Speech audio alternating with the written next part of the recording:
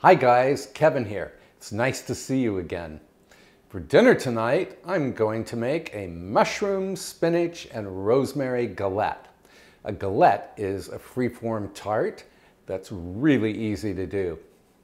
To make the dough, tip 1.5 cups of flour, that's all-purpose flour, into the work bowl of a food processor.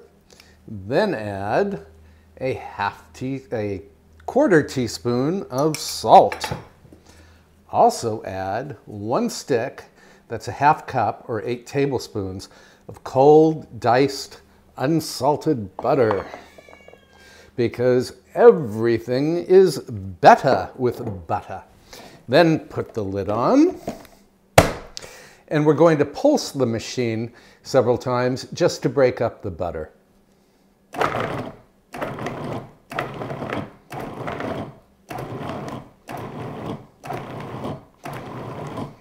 Let's have a look. I always bang the top of the lid down because flour tends to stick. Grab a spoon, and this is what we're looking for. Just a crumbly mix of flour and butter. Then we want to add a 1/4 cup of ice water and return the lid. And we're going to run the machine just until the dough masses on the blade. Here we go.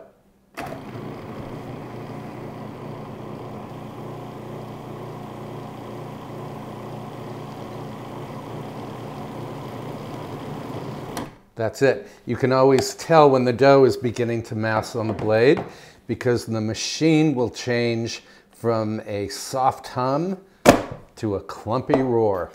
Now dump the dough onto a non-floured surface and then knead it just briefly to make sure all of the particles of flour are worked in.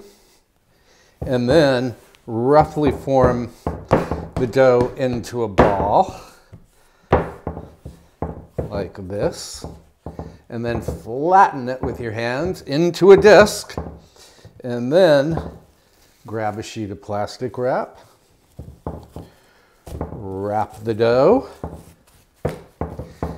and we're going to put this in the refrigerator, for 1 or 2 hours. And while the dough is chilling, we can move on to the filling. For the filling, you will need some extra virgin olive oil, some butter, 1 medium diced onion, about 4 cups of sliced mushrooms, that's about 12 ounces, and about 11 ounces of organic spinach leaves, and some fresh rosemary sprigs, some salt and pepper, and a splash of extra dry vermouth. You will also need some ricotta cheese and some Parmesan cheese, but we'll get to that in just a moment. Meanwhile, let me show you how to chop the fresh rosemary. So take a sprig of rosemary, and you'll need probably 3 or 4 sprigs in all, and just tug at the leaves to pull them off the stem, like so. And then take a really sharp knife and go to town, just coarsely chopping them. Yeah, they don't have to be too finely chopped. You'll need about 1 tablespoon of chopped rosemary in total. And boy, do I love the smell of rosemary. I find it really calming. So here we are at the stove, and I have my 12-inch skillet here, and I've already put 1 tablespoon of olive oil in the pan, and now I'm adding 1 tablespoon of butter. The butter will keep the olive oil from burning. And then we can add our minced onion. And again, that was 1 medium minced onion. Can you hear Avery barking? She's in the hall and barking at who knows what. Squirrels, perhaps.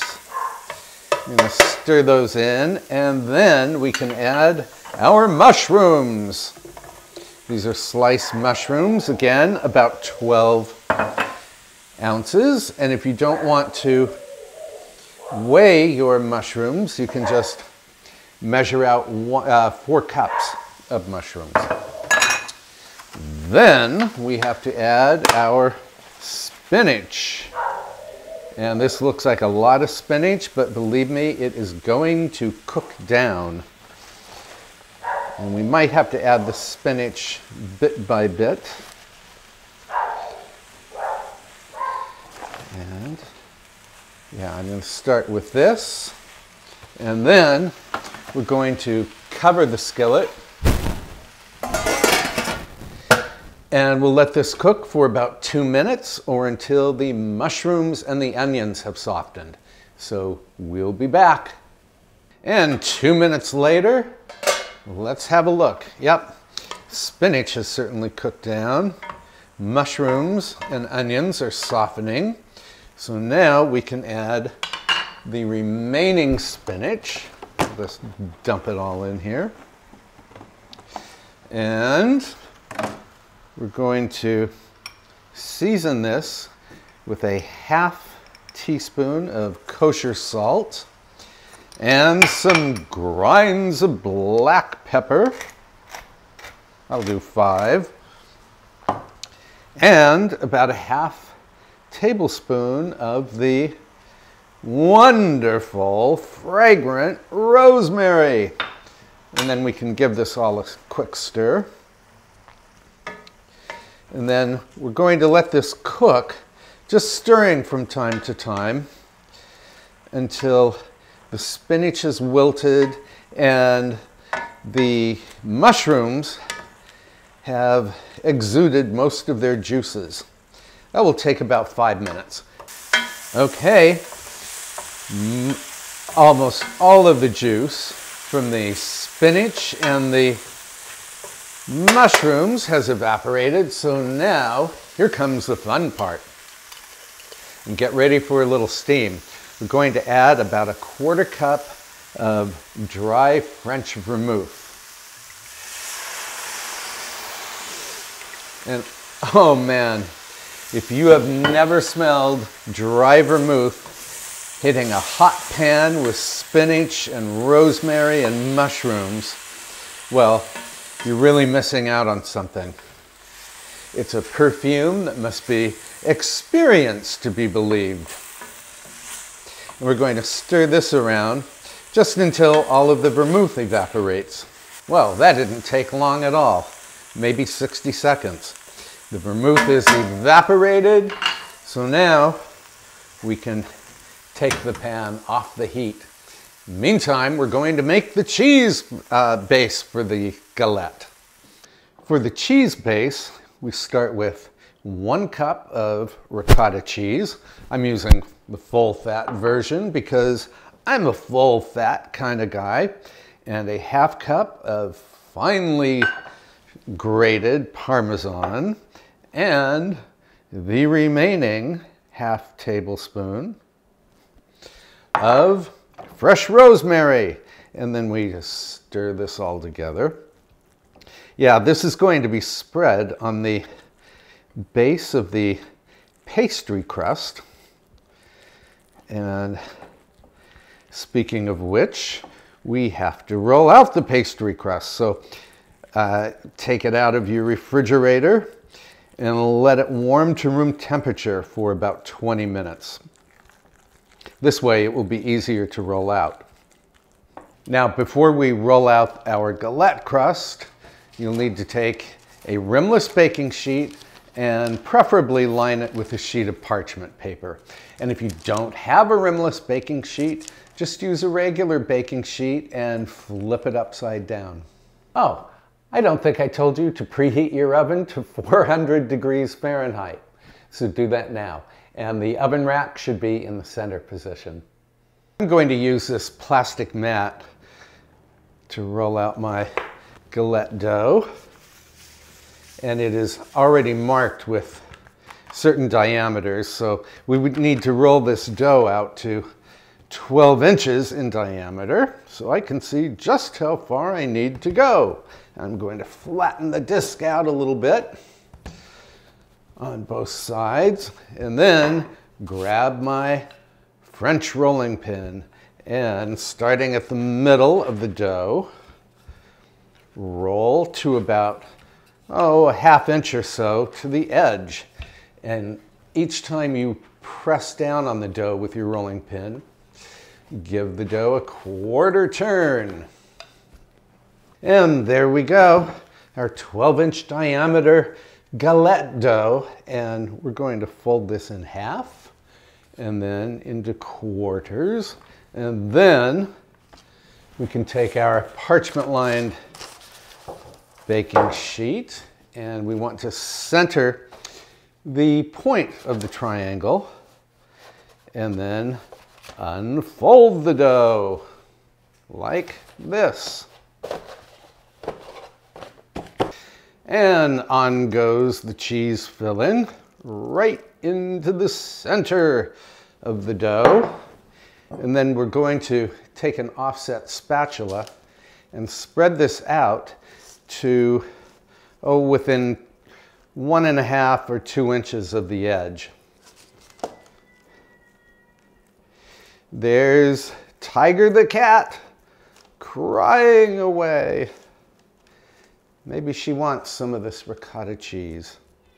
I'll be right with you, Tiger. And then we have to grab our mushroom and spinach and rosemary filling. And this goes onto the cheese. And I wish you were in my kitchen to smell this goodness. And we're going to spread this out over the cheese, just like this. And then we have to fold the dough over the filling, making little pleats as we go along. I hope you can see my pleat making. Hang on a moment, I have to let Tiger in. Come on, sweetie. Hi. Did you hear that little squeak of joy? Here we go. Yeah, I'm making pleats, about every 2 inches or so. Here's the final one. And just look at that. So this goes into the oven for 25 minutes, and then I'm going to let the galette cool on a wire rack for about 5 minutes. So we'll be back. And here is our beautiful, beautiful galette. As you can see, the crust has colored nicely. And for a finishing flourish, I gave it a little grating of Parmesan cheese. Asiago cheese would be great on here too. And if you'd like to decorate it a little before bringing it to the table, you could place a pretty rosemary sprig on top.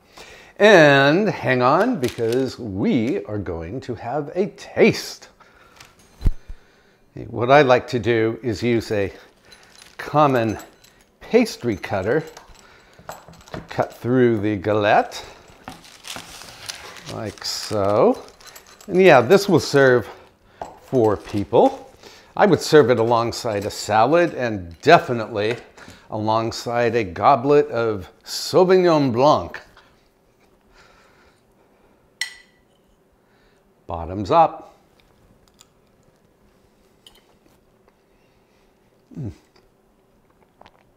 Wonderful. The mushrooms are meaty. The spinach, of course, tastes like spinach. If the spinach were to have a little scent of vermouth. And of course the cheese is terrific. And oh man, the crust. It's buttery, flaky, tender, fabulous. Well, I hope you'll give this gorgeous galette a try. It's perfect for dinner. It's a perfect thing to serve to your book club or your quilting club or your sexy ladies underwear club, yeah, that club does exist. And again, it's super easy to make. And I hope you'll subscribe to my YouTube channel and post a comment below. And I will see you next time. Bye for now.